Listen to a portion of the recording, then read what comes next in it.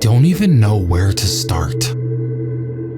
To preface this, I should mention that all of this took place back home on my reservation. I'm Algonquin First Nation from Canada. Another thing that I should mention is that on the res, traditional beliefs and legends of the paranormal are still a big part of our community. The attitude of most people towards the paranormal is one of assurance. To us, the paranormal is a regular part of life. We believe in a spirit world, and we believe that sometimes these beings can cross over into our world and maybe even live among us. When I tell paranormal stories to my non-native friends, they're always in such belief that things like this have actually happened, and how I can casually talk about it, but it's only because it's been so normalized to me. Where they have absolutely no paranormal experiences, I have a bunch, and mostly everyone I know on the res has even more than I do. I don't really care to explain it. Maybe we're all just crazy from drinking our toxic tap water. I see you, Justin Trudeau. Anyways, here's the story. This all happened in fall of 2011 when I was 16 years old. I was living in a nearby city with my mom so that I could get a better education than the one I could back home. We would go back home every single weekend to see my dad and little brother. One Friday, during the drive back home, I got a text from a friend of mine. She told me about a party that was happening that night and asked me when I'd be home so that they could come pick me up. I gave her a time, and that was that. We get home, and as soon as we stepped inside the house, we see my dad and cousin sitting at the kitchen table drinking some beers. They're both cops on the res, so usually, beers with his partner on a Friday evening means that they had a particularly tough week at work. Typically, the toughest cases to deal with are the child abuse and molestation ones. So a part of me felt immediately sad that something bad had happened. They both looked tired and drained, but they were happy to see us. We say our greetings, catch up a little, and my dad asks if I have any plans for the night. I tell him about the party and where it'll be, and him and my cousin share a weird look. Why are you guys making that face? Did something happen? I asked. I don't know. Should we tell her? My cousin said, looking at my dad.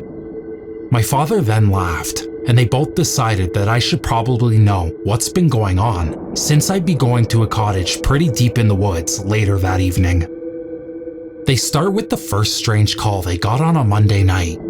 An older woman called saying that people were outside of her house, knocking on all of her windows. She said she couldn't see anybody, but there must have been at least 3 people, judging by all the different locations of the knocking. They arrive at the woman's house, inspected all around the house, even checked the woods, but nothing came up. They tell her it's probably just some teenagers playing some tricks on her, and there isn't much else that they can do. On Wednesday night, the same woman called again, with the same problem. It had rained that day, and there was mud all around this woman's home, so they figured at the very least they would find footprints. But again, they couldn't find a thing. This is when they started feeling like something was off, because one of the windows where the woman was adamant about there being knocking, it was completely impossible to get to without stepping on this huge mud puddle. This is when they started to think that the woman was lying, but they just ended up telling her the same thing they told her a few nights prior. By Thursday night, everyone on the res has been talking about these strange experiences. It turns out, this woman wasn't the only one experiencing the knocking. She was just the only one who decided to call the police. I mean, all of this was taking place on the res, so it wasn't long before people were linking it to supernatural causes. My dad was still sure it was just a group of teens pranking people, but then they got another call from the same woman for the exact same reason. They immediately rushed over, and were met with the same situation, except this time, a nearby neighbor walked over looking pale as a ghost. He then says, "Is this about the knocking?" They noticed that he was a little shaky. "Yeah. Did you see something?" they asked him. The man nodded and said, "Listen, you guys are gonna think I'm crazy, but yeah." And then he goes on to explain what he saw. He said that he stepped outside for a cigarette on his front porch when he heard the knocking. He looked around to see where it was coming from, and when he looked to his neighbor's house, he saw it. There was a black figure standing outside the woman's home, and it was looking into her home. He said it looked humanoid in stature, but it was completely made out of shadow. You could tell it was something solid, but you couldn't make any features on it. He stared at it, completely in shock, and watched this thing as it knocked a couple of times, and then darted around the house, knocking on every single window. He said it moved too fast to be human. It was all practically a blur. It went around the house a few times, then ran across the road into the tree line. The man was frozen, but he couldn't look away. It then leaned out from behind the tree, staring directly at him with yellow eyes, and then it smiled, showing its small but numerous pointed and sharp teeth. Fast forward to Friday. Stories are now being exchanged all over the res about other sightings and experiences people were having. On top of the multiple people experiencing the knocking, there was also quite a few sightings with everyone describing the creature in the same way. One woman was bringing her trash bin to the road when she thought she saw someone in her peripheral vision standing near the trees. She walked back up the driveway and into her home, the whole time feeling like she was being watched. Right before she was about to open her door to go back inside, she looked back and saw two reflective yellow eyes watching her from the trees. She said it was about 5 feet above the ground. Another couple was driving at night and they saw a humanoid figure standing in the middle of the road. As they got closer, they slowed down and it turned around to face them. That's when they saw the reflective yellow eyes and the sharp pointed teeth as it smiled at them. They stopped the car, too afraid to get closer to it, until they decided to just drive past it. Being on a narrow road, they drove past it with the figure being only a few feet away from the window, staring at them the entire time. You sure you still want to go to that party?" my dad asks, but my friends were already pulling into the driveway. I gave my family hugs and kisses goodbye, and they told me to be careful, but I felt fine. A common belief among Native people is that negative energy attracts negative energy. Therefore, an evil spirit will be drawn to people with unresolved issues, traumas, and sinners, I suppose. If you're someone who is spiritual, self-aware, and basically a good person, that in itself will be protective. So fast forward with the story. I get to the party, and within 20 minutes, the conversation shifts towards all the paranormal experiences people were having. I'm really curious about what everyone has to say because there are stories that I haven't heard yet, but my friend, us being 16 and all, couldn't hold her alcohol very well and was crying about how she wishes she was closer with her brother. I was trying to make her feel better while listening to everyone else's stories. One of the people at the party was related to the neighbor of the woman who was calling the police. This experience really shook him up, and my friend was just explaining everything that he was doing later on. For one, he smudged his entire home, which is something our people do when we're looking for extra protection against paranormal entities. He also went to visit multiple elders around the community, asking for advice and any information they had on similar happenings. What we do know about paranormal experiences on the res is that they don't happen as often as they used to. If you talk to one of our elders, They have endless stories and even more advice to give about how to protect yourself compared to now. One of the explanations that was given to this guy about the shadow thing was that it was evidence that someone was doing an unauthorized shake tent ceremony. If you don't know what that is, you can look it up. People stand around the tent while the shaman type dude goes inside and asks questions. The tent begins to shake, and you can hear the voices of spirits coming through. I've never personally been to one because we haven't had a good enough reason to do one. Our ancestors used shaking tent ceremonies when they were starving in the dead of winter and needed some direction on where the nearest food source was. My mother has been to one, and her story is absolutely crazy. She described multiple voices of men and women only speaking in native tongue, and they were upset that the people were doing the shaking tent ceremony when they weren't on the verge of death. The people there had to explain that they were only doing the ceremony to prove that it was real, as we had been losing our culture as a result of residential schools. But the spirits were angry about this.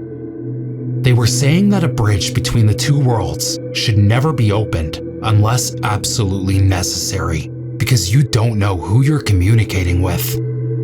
It could be evil spirits, and it could be good ones. It could be ancestors, but you never really know. Anyways, the elders told him that this spirit crossed over into our world because of the shaking tent ceremony. Someone on the reserve has been doing them without permission of the elders. So, we started thinking about who would do that without proper guidance and without good enough reason to do so. That's when two of the drunkest dudes at this point started saying shit like, I'm not scared. That thing could show up now and it couldn't do shit to us. They were basically egging it on. All of us were looking at each other like, why the fuck would you disrespect an evil spirit? That's exactly how it attracts to you. And that's when I decided to leave the sunroom. I went to the living room to console my drunk, crying friend, and that's when I noticed the rocking chair outside on the porch was going back and forth. I looked away immediately, refusing to make direct eye contact, but I did look at it from my peripheral vision. One of the things that we're raised to do in our culture is to ignore paranormal experiences. Spirits feed on the energy that people put towards them, so if you freak out, if you get angry, if you yell at it, or start crying, that's exactly what it wants, and it will stick around once it gets a reaction. It thrives on energy of any kind, so while I knew something fucked up was happening on the rocking chair, I wasn't about to pay it any attention. 5 minutes or so goes by, and I'm still seeing it move in the corner of my eye. That's when my friend screams, and she runs to the other side of the sunroom. Suddenly, my other friend sprints to where the girl was sitting and busts through the French doors onto the balcony. All of this happens in a split second, but I immediately go to the patio and ask what's going on. My friend is crying on the couch with friends all around her, and she claims that she has seen the spirit, which we later nicknamed Kokogi, Algonquin word for monster. She said she was listening to the boys talk about the spirit when she saw my other friend's face as he was looking onto the balcony behind her. She turned around to see what he was looking at, and directly on the other side of the window was the shadow spirit sitting on the rocking chair, smiling at her. That's when my friend sprints towards it and busts through the French doors. I ran outside to see my other friend, and he's on the lawn, staring into the woods. I call his name, and he looks up at me. Get everyone inside. And the tone of his voice just makes me automatically obey. I get all the drunk teenagers inside the cottage. This is when the phrase "come at me, bro" was just gaining popularity, so you could imagine the drunk kids yelling that into the woods. Yeah, it was terrible. I eventually get everyone inside, and my friend is now in a trance, freaking everyone out. She doesn't speak to anyone, She doesn't say anything, except, "I want to go home." My friend comes back inside and tells everyone to clean up and that we should leave as soon as possible. Everyone then goes into the cottage, and it's only me and my other friend in the sunroom now.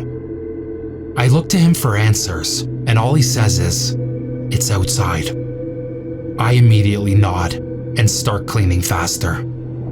The sooner we're out of here, the sooner we're away from that thing. As we're cleaning the sunroom, we hear knocking on the windows in multiple places. The entire sunroom is made of glass, but it's so dark out, you can't see anything outside. I immediately look to my friend, and he just says to ignore it. Within 2 seconds, someone comes running out of the bathroom and says, "I will fucking kill whoever's outside knocking on the bathroom window." But everyone's inside and accounted for. That's when someone else comes running out of the bedroom, saying that there was knocking on the window in there as well. Now, everyone's freaking out, and me and my 2 other friends are the only sober ones to calm everyone down. We eventually get the place clean and get outside to the cars immediately. Everyone's getting into the trucks, and I'm standing with my friend. He's relaxed, but then all of a sudden, he looks behind me and shoves me in his truck. We immediately peeled out of the driveway and dropped everyone off. A few days later, I ended up hanging out with my friend, and he tells me the story from his perspective. He said when the boys started talking shit about the spirit, it appeared on the rocking chair behind my friend. He said he made eye contact with it, but couldn't look away. They were staring each other down, and that's when my friend saw his expression. He said it was instinct to defend the people he was with, so he ran towards it. He said the feeling that he was getting from the Kokogi was almost like he was daring him to do something. He said the second he got up, the Kokogi stood and ran into the woods, disappearing from the patio in a blur.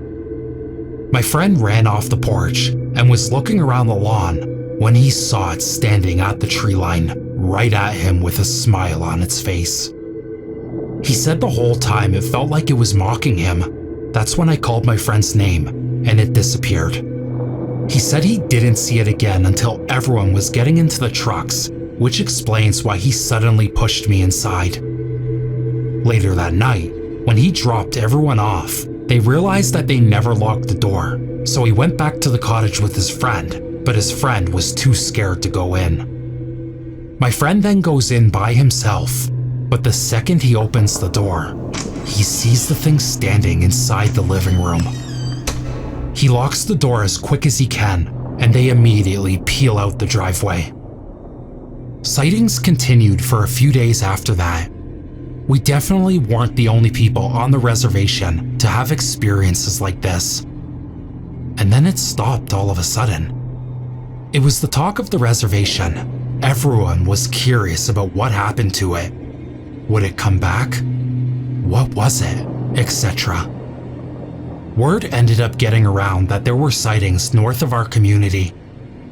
White people in the town just north of us were having sightings. Then other reservations were having sightings as well. It was like it was traveling north, the way the stories were going.